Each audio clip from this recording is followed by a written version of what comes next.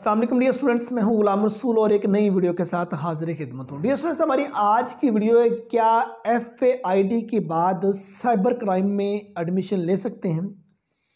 Dear students, अगर कोई university BS cyber crime की डिग्री ऑफर कर रही है, फ़िलहाल कहीं मेरे देखने में नहीं आया।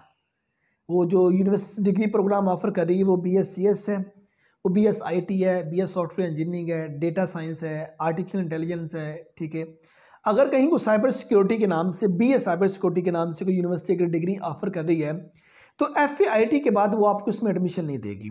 उसकी रीज़न ये है, वो यूनिवर्सिटी सबसे पहले तो मतलब कि डिमांड करेगी वो स्टूडेंट जिसने ICS किया हुआ है और फिजिक्स के कम्बिनेशन के साथ है, जिसमें उसने फिजिक्स, कंप्यूटर और मैथ्स का सब्जेक्ट पढ़ा हुआ है।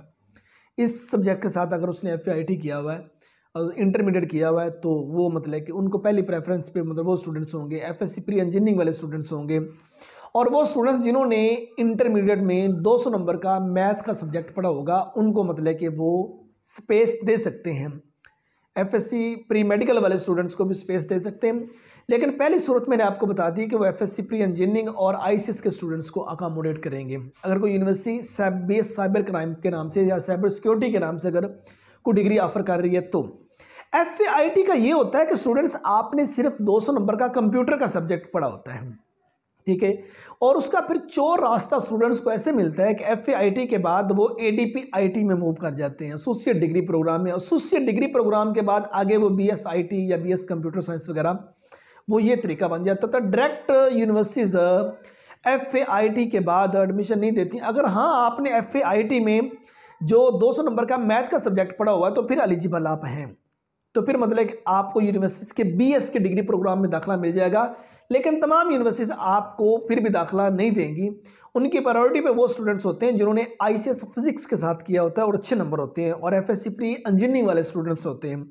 ठीक है, उनको मद्देनजर रखते हुए मतलब कि उनके जो लिस्ट के अंदर स्टूडेंट्स आ जाते हैं उनको अकोमोडेट किया जाता है।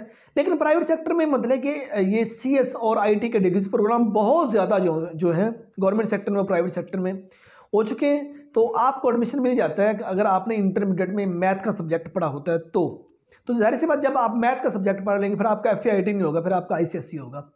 ठीक है, तो ये तरीका है डियर स्टूडेंट्स। अगर आप कल को कंप्यूटर के शोबे में जाना चाहते हैं CS IT वगैरह में, तो मेरा ज़ाती मशवरा ये है कि डियर स्टूडेंट्स आप ICS कर लें या आप FSC प्री इंजीनियरिंग कर लें, तो ये ज़्यादा बेहतर है। ICS कर लें ज़्यादा बेहतर है, और ICS फिजिक्स के साथ करें। फिजिक्स और कंप्यूटर और मैथ्स का सब्जेक्ट इलेक्टिव, ये 3 होते हैं। इसके साथ इन 3 सब्जेक्ट्स के कम्बिनेशन के साथ अगर आप ICS करते हैं फिर आपके लिए मसला नहीं होगा। जिस यूनिवर्सिटी में मर्जी आप मूव करें, दाखिला आपको बड़ी आसानी के साथ मिल जाएगा।